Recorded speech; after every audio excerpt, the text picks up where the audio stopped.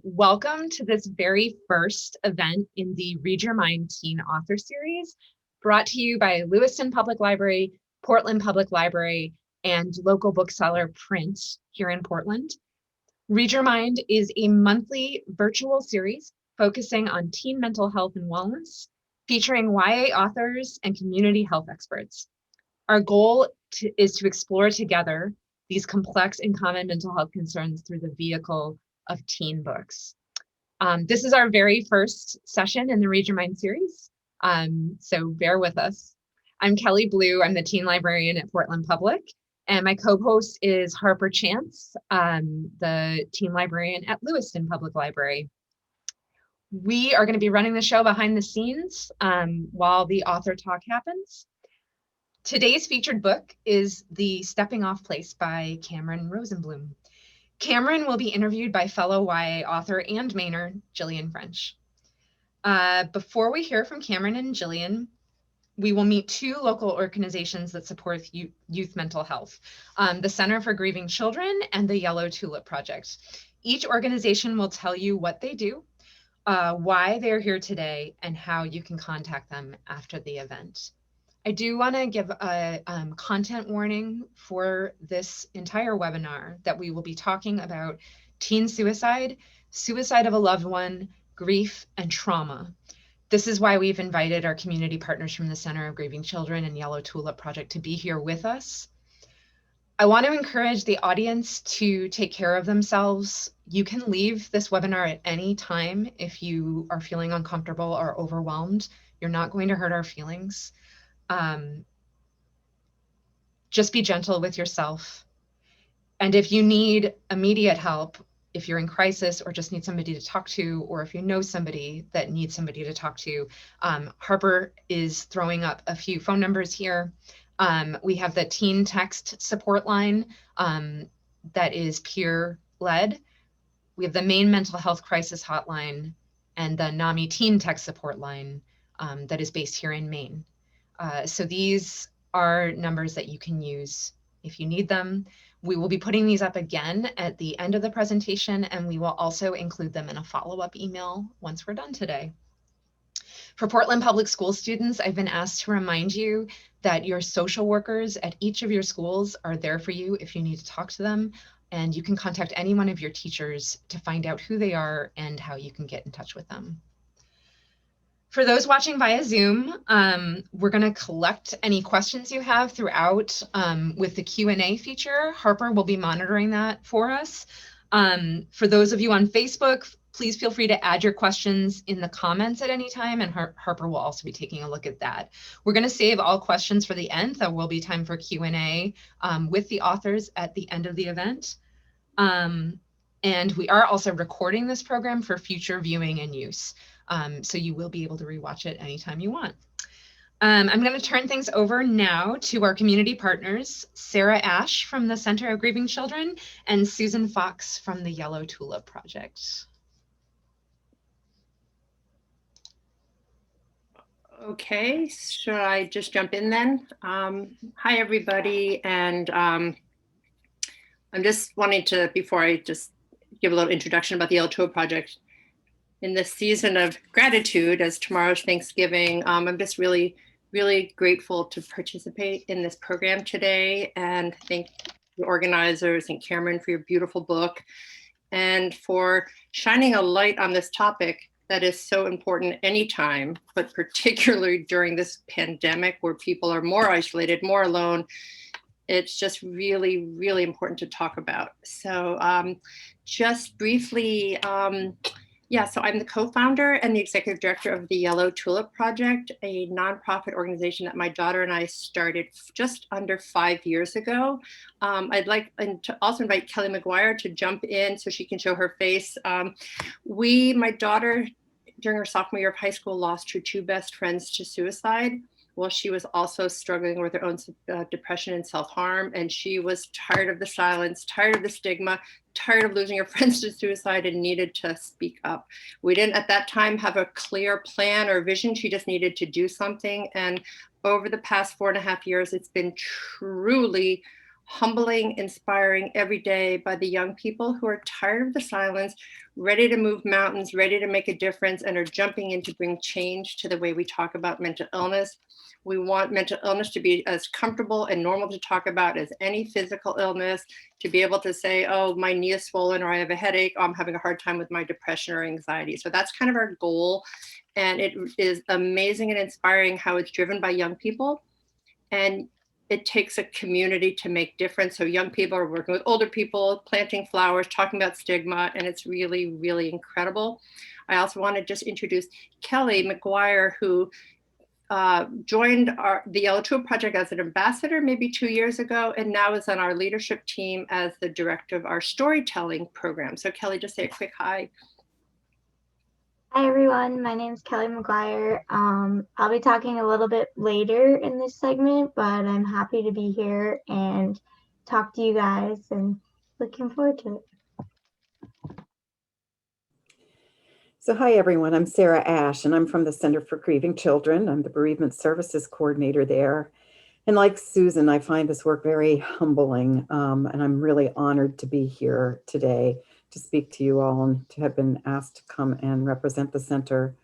The work we do mostly is post-death, after death, but the same features are true. You know, how do you talk about this even after the fact? We're trying to bring people out of isolation through peer support. We are not a mental health clinical model. We feel that grief is not a pathology. It is a normal part of life, and there's a healthy way to grieve. And so what we do is bring people together who have had a loss of someone important to them in their lives. Frequently, they're not even people that there has been a relationship, maybe a longing for a relationship with the person who's died. So we just find an important person in someone's life. And how do you acknowledge that? And how do you talk to that? And giving a place for people to be seen and heard and witnessed is what we do after a loss. We also have a program that supports people if there's a chronic illness in the family, and it's the same thing. Death, a taboo topic in our society still. And so we are here for families as long as they feel they need us. We don't think that there's a limit on grief or grieving. And we also know that people re-grieve at different points in their life. So we tell families once they think that they're ready to leave, they decide when that is, that we're always there for them and different members if they want to come back. It has been beautiful, beautiful work. I think during this pandemic, as it's already been said, it's compounding grief. Isolation is a terrible thing with grief and worry and concern. So that is what we try to normalize. Thank you for having us. Thank you, Sarah, Susan, and Kelly, for being here and for your support and for all you do in the community. Again, we're going to put up that slide at the end of the presentation with the contact information for the Center for Grieving Children and the Yellow Tulip Project, so that folks can have that information. And we will also be sending out a follow-up email to anybody that registered with that info. I'd now like to introduce you to our authors. Cameron Kelly Rosenblum is an educator and children's librarian here in Maine. The Stepping Off Place, published this year, is her first novel. The Stepping Off Place received a coveted star review from Kirkus. As a librarian, I can tell you that is a big deal. Cameron will be interviewed today by fellow Maine author Gillian French. Gillian is the author of the award-winning YA novel Grit, also A Door to January, The Lies They Tell, and most recently, The Missing Season. For those of you who have not read The Stepping Off Place, I'm going to read a quick description of the book before we turn things over to the authors. You can find copies of The Stepping Off Place and also Gillian's books at your public library, but also you can buy yourself a copy online from our local bookseller, Print. They are a great bookstore. I really encourage you to visit them and make your book purchases there. So this is a little bit about the book we are going to discuss today, The Stepping Off Place. It's the summer before senior year. Reed is in the thick of Schofield High's in crowd thanks to her best friend, Hattie, who has been her social oxygen since middle school. But summer is when Hattie goes to her family's Maine island home. Instead of sitting inside for 8 weeks, waiting for her to return, Reed and their friend Sam enter into a pact to live it up, one party at a time. But days before Hattie is due home, Reed finds out the shocking news that Hattie has died by suicide. Driven by a desperate need to understand what went wrong, Reed searches for answers. In doing so, she uncovers painful secrets about the persons she thought she knew better than herself, and the truth will force Reed to re-examine everything. And now I'm going to disappear and turn things over for Jillian and Cameron. Thanks. Hi, everybody. I am Jillian French, and I'm Cameron. there you are. Sorry. Thank you so much for joining us, Cameron. Well, thank you so much. I'm really also feeling very much gratitude for this format and for getting to meet you and, you know, an accomplished author that I wouldn't have known if we weren't doing this. I wouldn't have gotten to know. So I'm really grateful you're here. It is my pleasure, and it was definitely my pleasure to read your beautiful book, The Stepping Off Place. It's fantastic. I recommend everybody pick it up if you haven't already. But I'm going to go ahead and start asking Cameron some questions about her book as relates to the topics of suicide, mental illness, stigma, and depression, among other things. My first question, Cameron, really kicks off with the acknowledgements of the stepping off place, which is an unlikely but appropriate place to start in this case, to begin this discussion of the themes of grief, mental illness, stigma, and suicide in the book. Can you tell us a bit about the inspiration for the story stemming from a personal loss that you experienced? Yes. So probably my greatest friendship of my life is the root of this story. My best friend from middle school and the beginning of high school until she moved away. She is a loosely based or the loose foundation for the character of Hattie. To me, she was bigger than life. I actually can say I loved middle school, and I don't think very many people say that. Yeah. And it's because of her. And so we remained friends, of course, did our weddings and all that stuff. And then, but we did live on other sides of the country. She was just that person that was larger than life and so full of creative, just like a sense of humor and gorgeous, but self-deprecating. And just, I definitely, I just felt so lucky to have her as my friend, even when I was a kid. Yeah. And then sadly, you know, I wrote a letter and I didn't get a response, which was really unusual. And I checked in only to learn that she had months earlier taken her life. So this was shortly before my 40th birthday and her 40th birthday. I was so completely blown away. I couldn't believe it. I just never knew that she even had any mental health issues at all. As I say, I kind of idolized her, not in a way that made the friendship weird, but it's not like I was outwardly would say that, but that's sort of like how I thought of it as, wow, she's got it all. And so as I say, I learned much more from her husband, and this had been going on for years where she'd been having big depressive episodes. And so I was very sad because I missed the opportunity to be a part of the service. You know, in the wake of a suicide, families are just reeling, and everyone was just kind of a mess in the family. And so meanwhile, my husband had only met her once. My current adult friends, nobody knew her. So I was kind of on my own to sort of make sense of this. And I think it really impacted me, even though so many years had gone by, because I think those friendships that you make when you're in those sort of formative years are so powerful. And I feel like she's we were so tight. I mean, you know, the sleepovers every single weekend for like 6 years running. We were so tight like that, that I feel like my favorite parts of myself are because I knew her. And so I was really, it really threw me for a loop. And I had already been trying to get published writing middle grade.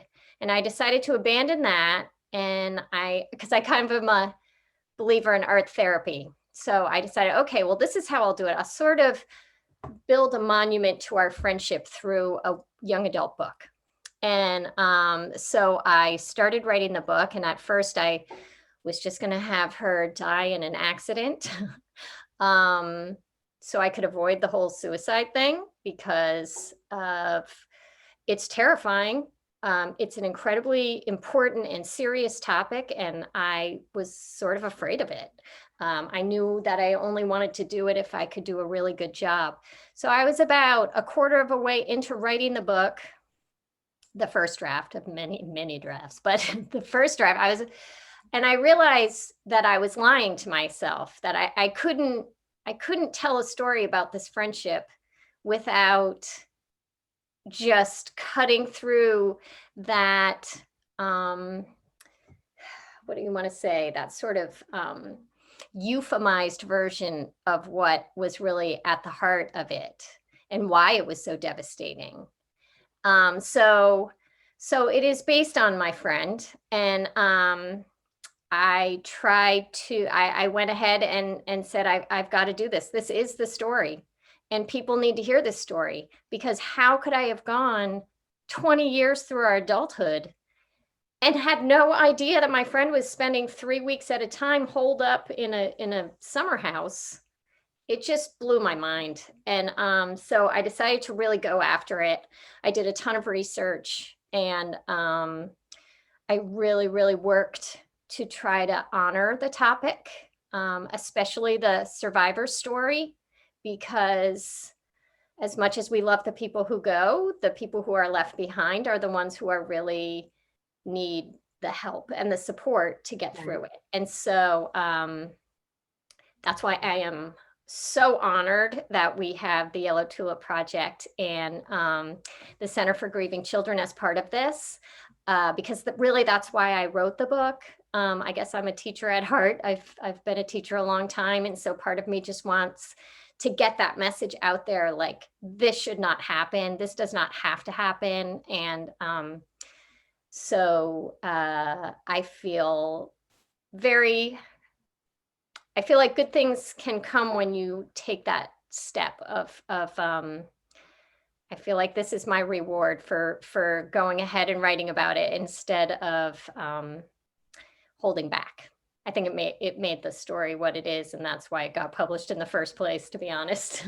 Yes, I think definitely truth resonates. There's no substitute for emotional truth in a story. Absolutely. And thank you for sharing that, because it had to be hard, absolutely emotionally trying at times. The kind of it is. Yeah. So that's why I've fictionalized it so much. So it gave me enough distance to be able to write about it well, instead of just kind of being in a pool of sadness for 3 years or whatever. Yeah. I was able to get, of course there were sad moments, but it really was a therapy for myself. So yeah, I would say fiction as a buffer is definitely, it can help you pull that stuff from inside of yourself so you can share it with other people in a way that people. My next question that I have is kind of feeds off of what we were just talking about. The characters in this story were so vivid and richly portrayed, particularly Hattie. In regard to the mental illness, she's hiding from everyone close to her, bipolar 2. You did an excellent job demonstrating the two-sided coin effect of manic depression, the mania and the depression, the highs and the lows. Hattie is so charismatic and witty and full of life. As a reader, I found myself, just like Reed, the protagonist, refusing to believe it was possible that she could have killed herself. I really was looking for other explanations the whole time I was reading the book, until it eventually, like Reed, you started running out of other explanations and excuses. Can you share just your personal understanding? And I'd also love if our Yellow Tulip Project and Center for Grieving Children reps want to jump in, any way you're comfortable, to talk about how the negative stigmas in our society of mental illness have affected those suffering from coming forward, have forced people to hide. Yeah. So I did do a lot of research. I'm surely no expert on this, so I do invite Suzanne and Sarah to come back on screen. But I know that stigma, I know my personal experience, and my personal experience is my friend hid it from everybody she knew because she might have been embarrassed. I mean, I'll never know for certain, but she was either embarrassed or she couldn't accept it as a weakness in herself. I think it dates back to very old-fashioned thinking where, you know, mental illness was something that was hidden away in institutions. And I mean, there's terrible history in our country of the treatment of people who are mentally ill. I also think there's a problem with the fact that the term mental illness covers such a gigantic umbrella of things. I think that so it makes it harder for people, I think, to recognize that depression, which if you look at statistics is pretty common, and anxiety, very, very common things, and getting more common all the time. It does not make sense that we do not talk about these things openly and that we don't treat them as any other kind of illness, a physical illness. But Suzanne, I'd love to have your expertise on the topic. Yeah, sure. Well, when I was reading the book and the scene where Reed's mom comes in to tell her about Hattie's death, that just really hit home for me to 5 years ago when I had to tell my daughter Julia that her best friend had taken her life. And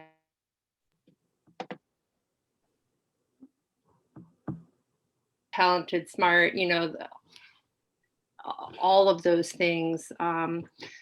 I think the stigma is just, gosh, we have to, our slogan is smash the stigma. That stigma keeps people from getting the help they need. That stigma keeps people from feeling alone. That stigma plays such a huge role in this whole journey with mental health and mental illness because they feel there's shame. There's so much that goes with the stigma. And, you know, I'm new to this whole field. That's not my background, but I just sort of dove in head first. But how many people have said to me about my daughter, well, she doesn't look depressed. Mm-hmm. So what does depression look like? You can see somebody with crutches. You can see somebody with a Band-Aid. You can't see depression, and we don't know. And I think a lot of the times what we see in the commercials or the media or a dark black and white person lying in bed, and that is what it feels like from what my daughter describes and so many of the young people I work with, but that's not how they present themselves. And so I think that is such a key piece of this puzzle in helping people know that there's no shame and it's okay to not be okay, and it's okay to ask for help and you're not alone. In the positive statistics of when people do get the help, it's like 85%, something like that. That's a really great statistic for how many people have the symptoms alleviated just by seeking treatment of various kinds of treatments. My camera is turned off by the host, so I can't turn my camera on. This is Sarah Ash speaking. So I don't know why I can't. There you go. Start my video. Thank you. There. Thank you.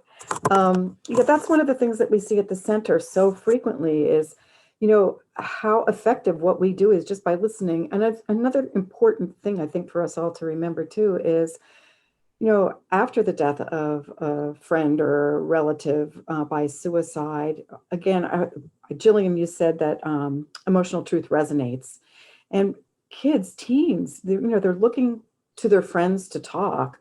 They're looking to their families to talk, mostly to their friends as teenagers. But if there's a taboo on talking about mental health issues, so many kids suffer from mental health issues. And if they're getting the message after the death of somebody else that it's not okay to talk about this, where are they supposed to turn for help? Right. So the important thing really is that, to be truthful and to learn to bring it out of the shadows, and to have a place where people know that they can trust the people that they're talking to, friends that they can trust, even if it's a peer. Peers are so important in the teenage years. To give kids permission to talk about it truthfully is so important. Yeah. And I love how the Yellow Tulip Project, that's really their mission. And I find that so inspired, and especially because it is driven mostly by, I mean, of course, Suzanne's there, but, it's been driven by the teens and the young adults. And I just think that, oh, I was so inspired by it that's why I actually put it in the acknowledgments at the back of the book. I put the Yellow Tulip Project in. And then after the fact, I realized that Suzanne and I are virtually neighbors. We live about 1.5 miles apart from each other. And I didn't know. So I'm I'm so grateful to have that. And I'm so grateful to have recognition or an embrace, I guess, from the Center for Grieving Children, because indeed a big part of it is the grief that I feel like it's so hard for these kids. And I, Suzanne, so admire your daughter and Kelly and these other kids that are willing to show their vulnerability to help other people. I mean, wow, that is so brave and so ahead of their years. And I'm just, I admire it so much. So thank you for being willing. Oh, and one other thing I wanted to put in there when we were talking about how the peers are so important and the stigma. I think that the downside of social media is how images can be curated. And if you're using it for business purposes, that's exactly what you want it to do. But if you are 12 years old and you're looking at a phone and all you ever see is the perfect version of everybody who's on there, I mean, how do you not start to feel badly about yourself? Because we're always comparing ourselves, and I think it's really hard. So I think it really needs to be hit with a very big hammer in terms of public awareness, because the numbers are very alarming for teens and depression and anxiety and suicide. Yeah, I think that's an excellent point. The social media, this is something I rant about all the time, because I kind of hate social media, because it's a lie. It's so much of what you see, and we're brainwashed into doing it ourselves. It's just, you're not portraying an accurate version of yourself, and you're not really sharing much of yourself when you're out there. But this is all a lot of people are getting, because we are, especially right now, so isolated and from each other. And I think that's just how society is going anyways. But so I'm going to kind of use as my little jumping off point to this next one. I'm going to talk about warning signs. A large part of the journey of the stepping off place is following Reed's journey from denial to acceptance of Hattie's condition. I thought it was a really effective and sobering wake-up call for the reader, that someone we love may be struggling so profoundly with a serious condition like depression, and we didn't know. What are major warnings? This is a good one I would just put out to our Yellow Tulip Project and Center for Grieving Children folks. What are the warning signs? What are something that could be a red flag if we see that in a friend or a loved one? How do we know to identify those, not just as, oh, she's having a bad day, but as we really sit up and take notice? And I would love Kelly's perspective as well on that, just because she's kind of in the trenches, I think. Yeah, that's true.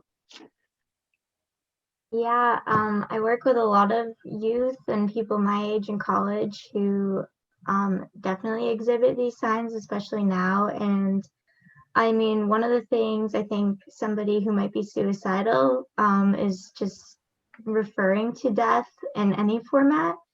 I think that a lot of teens will joke like, oh, I want to kill myself if they're struggling with an exam or just something, but you can never not take that seriously, because a lot of times one of the signs is just talking about death in any format. that is one thing I've noticed a lot. And then also just like withdrawing from your friends, if you notice that your friend is like not coming to events or just isn't interested in hanging out, that's something that's definitely something to keep tabs on when you're with your friends. And yeah, I mean, there's a lot of signs for sure that we don't necessarily look at in depth because we see them, we don't know if they're serious or not. And then there's that stigma of like not wanting to put suicide in somebody's head, as Suzanne was talking about earlier, when really, if somebody's already thinking about suicide, that's already in their head. And if they're not, that is not something that you have to be worried about triggering because it's not already set in their head. So definitely pay attention to any signs of talking about death in any format and take those seriously. Thank you. Excellent. Thank you. I just want to jump in with one thing. The American Foundation for Suicide Prevention, and we do a lot of work with the main chapter here. They have a program called Talk Saves Lives and Know the Signs. And that, like, maybe for resources that can be shared also, but it's really like, 5 things to look out for, and just it's really helpful. Yeah. And I think everybody should know these signs. I think another thing that's really important to think about too is we hear frequently from people like, I had no idea, family members too, that I had no idea. And it's not just the warning signs. I think that kids who are under a lot of pressure to be perfectionists, both from society and internally in families, just to keep an eye on those kids, overachievers, stressed out kids. That this is their way of being in the world. That doesn't mean that everything is okay with them. That's one of the ones that can take people by surprise. Everything looks good because they're achieving at such a high level, but it's a lot of stress. That sounds very, very true. That's good to think about. I'm going to skip ahead to, I'm going to hop over this question because it's kind of a writerly one and move on to one that I know that you, Cameron, really wanted to weigh in on. I loved the contrasts and comparisons that you draw between the way Reed's family, the Mcguires, deal with Reed's younger brother Spencer's autism, as compared to the way that the Darrows, Hattie's family, deals with her depression. Reed's mother really, she wears her son's diagnosis on her sleeve. She has become an activist. She's so involved that sometimes her involvement in this world of autism and trying to support her son eclipses the needs of the other kids in the family. Whereas with the Darrows, who seem so outwardly perfect, and as Sarah was just saying about overachieving, it's a family full of overachievers. I mean, the bar is set so high in this family, it's intimidating to everyone outside of them and people within the family. What do you think it says about the Darrows that they helped hide Hattie's condition from everyone? No one knew. And I believe it was Sarah or Suzanne who mentioned the importance of peers in those teen years. I just would love to hear your thoughts about the kind of relation between the autism and the depression aspect of the story. Yeah. Okay. So there's a lot to unpack in that question, but I appreciate it because it's a great point. And honestly, I hadn't thought of it quite that way until you posed the question. However, I would say this about the Darrows. The Darrows, I feel they are sort of like a symbol to me of that outdated mindset where it's a flaw. So they're going to minimize it. They're going to push it out of the way. In truth, I have nothing but compassion for the Darrows. I mean, I know they're pretend people, but if they are symbolizing something, I have compassion because they hurt as much as anyone else. They just don't know how to express it. And so in a way, they're trapped in their own little shell. And so I have tremendous compassion for them. I wanted to show, however, that there are ways that you can be, if you can drop that veneer, then you can access so much more help And I think they unwittingly passed the stigma, their perception of what was okay to have wrong and what is not okay to have wrong. I think they inadvertently passed that to Hattie, and Hattie herself is trapped by that because she does not want to admit she has this flaw. She's like a winner in every other sense of the definition. Absolutely. Except for this one thing. And it could have been something that was handled had we gotten past the stigma. So, but in the end, my heart bleeds for any family that is left with the rest of their life to wonder what they could have done and should have done, or didn't do or did do. It's a horrible fate. And so I feel for them. In terms of the autism and the other family, the McGregorys, so my son has autism. He's 23. He's very deep on the autism spectrum, I should say right away, because autism is another one of those big umbrella terms that in this story, it's about.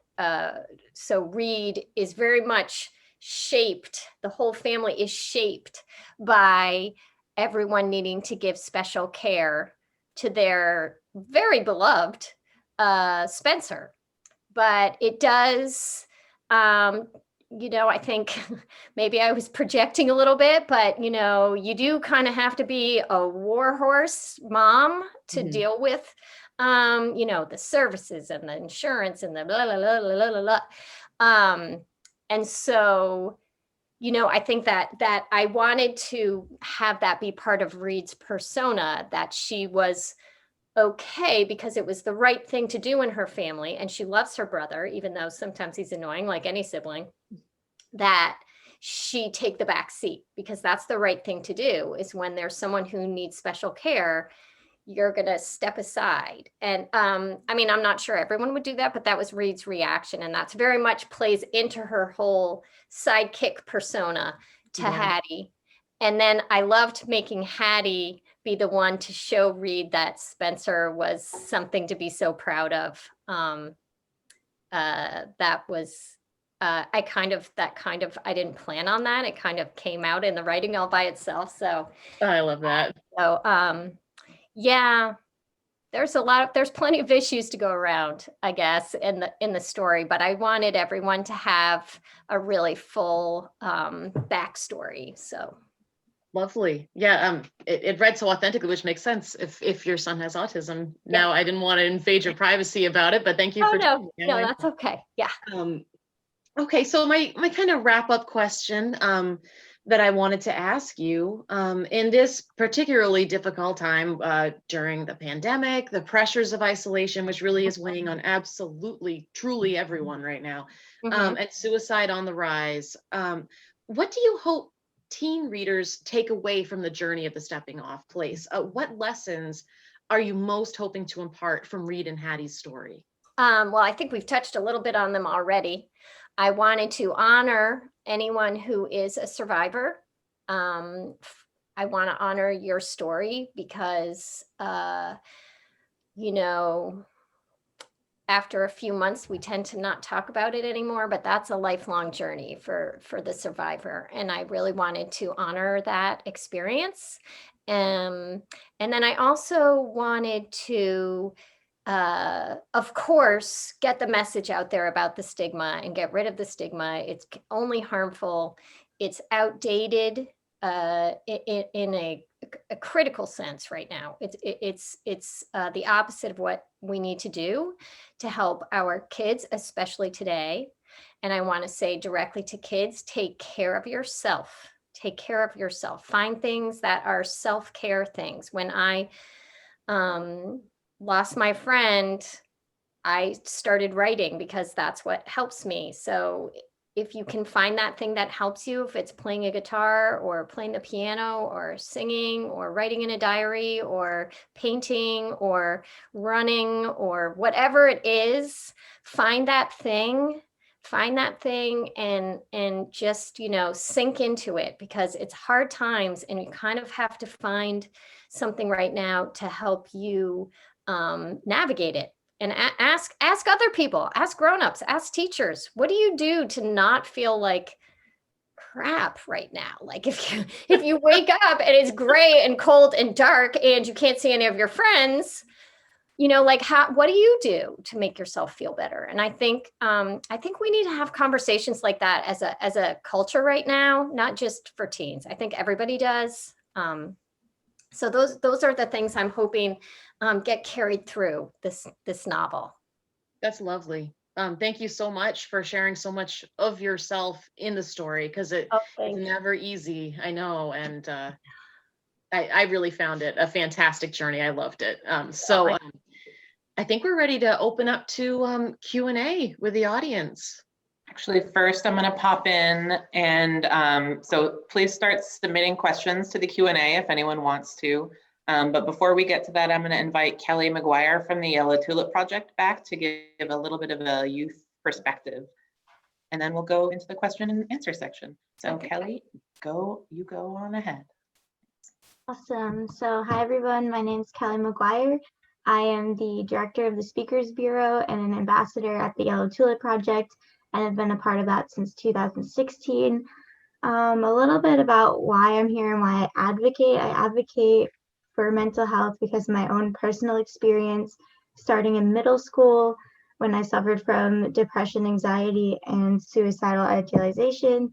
And then last April, so about a year and a half ago, I actually finally reached out for help after like 8 years of struggling with my own mental illness. I went to a psychiatric hospital and then a treatment center for 2.5 months. It was there I met a lot of my friends who were also struggling, and I really was able to connect with these individuals. And throughout this year, I've lost 5 of them to suicide or overdose. So rather than really letting that knock me down, I've been able to use the pain that I've had from losing them to suicide to help build me up and advocate for causes such as this that we're talking about today.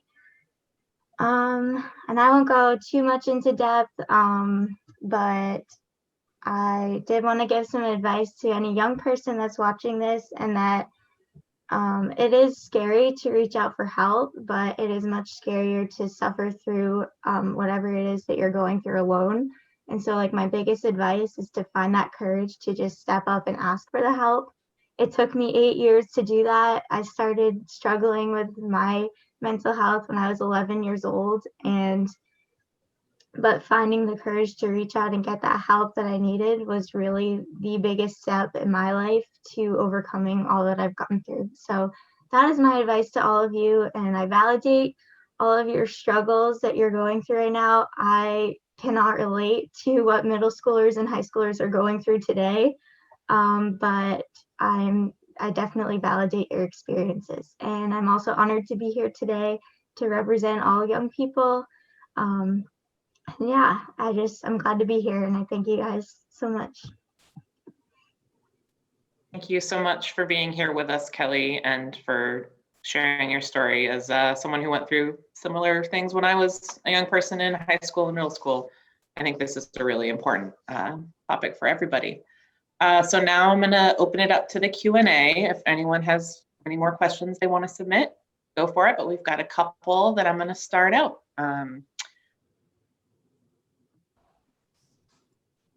And some of these may be for Cameron and some may be for our community partners. So I'll tag you in as it seems appropriate. So our first question comes from Hope.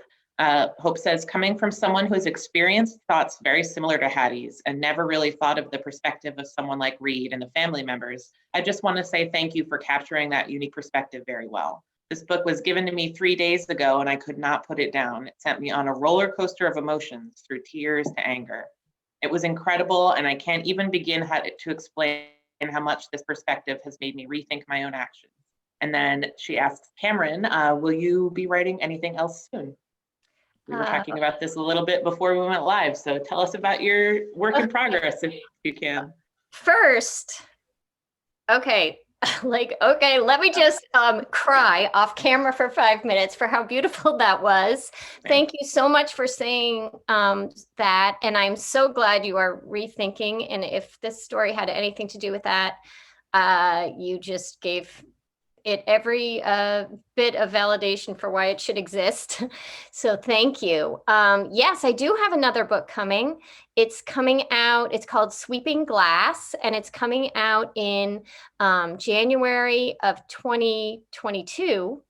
So we're still working on it right now, my editor at HarperCollins and I, but it is a story I can't seem to avoid big issue books. So it is going to be about sexual assault and consent, hopefully with characters that are very compelling and make the story very accessible for everyone. And I really wanted to tell the story. I really wanted to do a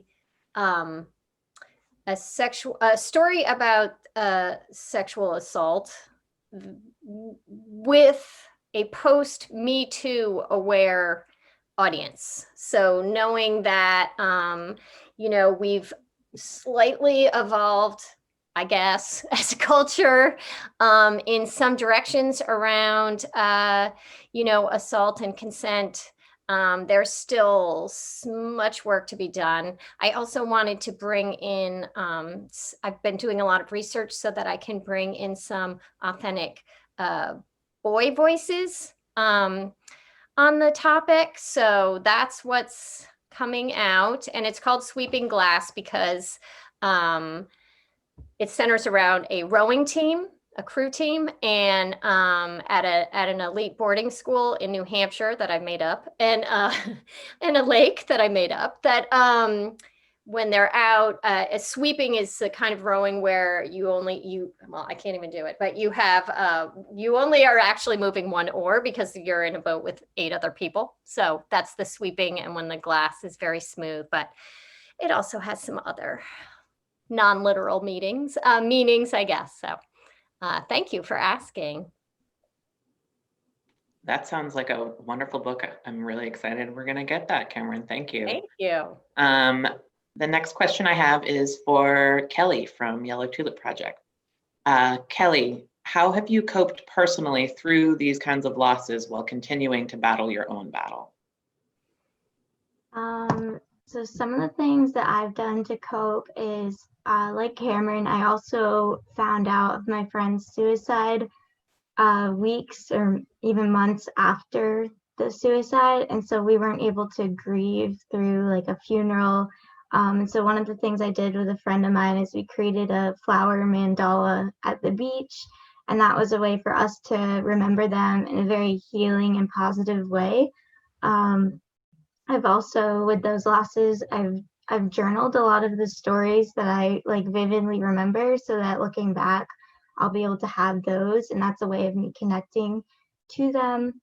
And then I've also joined, I go to school in Florida, and I joined Valerie's House, which is closely tied to the Center for Grieving Children, and I've attended a lot of young adult grief groups, which has been very helpful for me.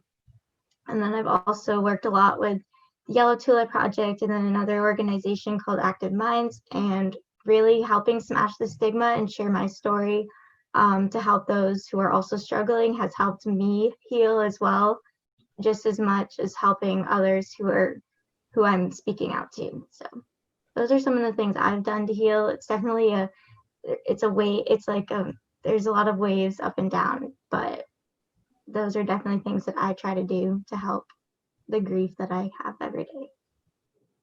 Thank you, Kelly, for sharing that. Reminds me in actually at the end, Cameron, of the Stepping Off Place, we were talking about how they build a cairn for Hattie, and you've got a necklace with a cairn on it. So that flower mandala, I think, those are very like soothing, good activities for monuments. There's a reason we have public monuments, and you can also do private monuments. I think they're very powerful. I have, my next question is for Cameron. So Cameron, good, you can stay. Here I am. What advice would you give to someone wanting to write their own story? Well, I can take that two ways. That's either someone writing a true story to them about something that's happened to them, if that's what you mean. So if it's a powerful emotional story, first of all, write it. That's my first advice. Do it. Absolutely. Please. Writing is something where I was at the point right before I started the Stepping Off Place. I mentioned early in the discussion that I'd been writing for middle graders because I teach at an elementary level. And I feel like, oh yeah, that's my audience. I know those kids. But I couldn't get anything published. So I almost gave up. And then what I realized was, hey, you know what? I don't know how to be me without trying to write something. So when I kind of stopped totally focusing on an audience, but instead wrote the story that was like inside me that I needed to get out, which I think is this book. My writing went up about 300%. And I think that's why this is the book that got published as opposed to the other ones I had been trying. But in terms of if you're writing for yourself, I think it's one of the most healing things you can do is to write your story. You might surprise yourself with the feelings that come out. And I think that's a really healthy thing. If you're writing in hopes of getting published, I would say, again, just go for it. And I guess my only thing would be sometimes it's easier to fictionalize, even if it's just a loose fictionalization. My friend and I didn't even go to high school together, except for 1 year. And this book is about their senior, junior year summer, I guess, or summer before senior year. But I needed a little bit of distance so that I could write about it effectively and I could take criticism about it. Because if you're going to be revising, you need to be ready. And, it's pretty, if you're writing about something that is your personal truth and you haven't put any fiction shell around it at all, that would be really hard for me. But I hope you will write. So please do. Yeah, I can't imagine like writing a memoir. Very difficult. So unless there are any more questions, feel free to pop them in at the end. But otherwise, I think we're getting close to time. I just want to give another thank you for Cameron and Jillian and all our friends Suzanne and Sarah and Kelly from the Yellow Tulip Project and the Center for Grieving Children for joining us today. And our co-sponsors at Print Bookstore. If you're interested in purchasing a copy of The Stepping Off Place or any of the other books by our authors or from this series, reach out to them at Print. They've got them all available there. And for those watching on Zoom, I'm going to put up a quick poll on the screen here. If you have time to fill that out, it would be great. Everyone who fills out the poll will be entered into a raffle for a free copy of The Stepping Off Place. So be sure to answer, and then we'll contact the winner by email. Maybe a couple copies. I think we've got a few extras. And then I'm gonna share my screen again. Again, here's the info for the Center for Grieving Children and the Yellow Tulip Project, as well as the crisis text line and Maine Mental Health and National Lines for Mental Illness teen text support lines. If you or anyone you know is in crisis or needs help, reach out to any of these organizations. Or if you're local to Lewiston or Portland and know Kelly and I, we, or Ms. Blue, as she's known in library land, are very familiar with local resources and are always happy to talk and provide support to youth who need us. And if you appreciated this conversation, please join us for our next session of Read Your Mind, which will be about the book You Are Enough, Your Guide to Body Image and Eating Disorder Recovery, which is a nonfiction book by Jen Petro-Roy. And that will be happening in January, the last Wednesday of the month at noon again. The sign-up link is available on both the Lewiston Public Library and Portland Public Library websites for that one. And looks like info isn't popping up, someone says.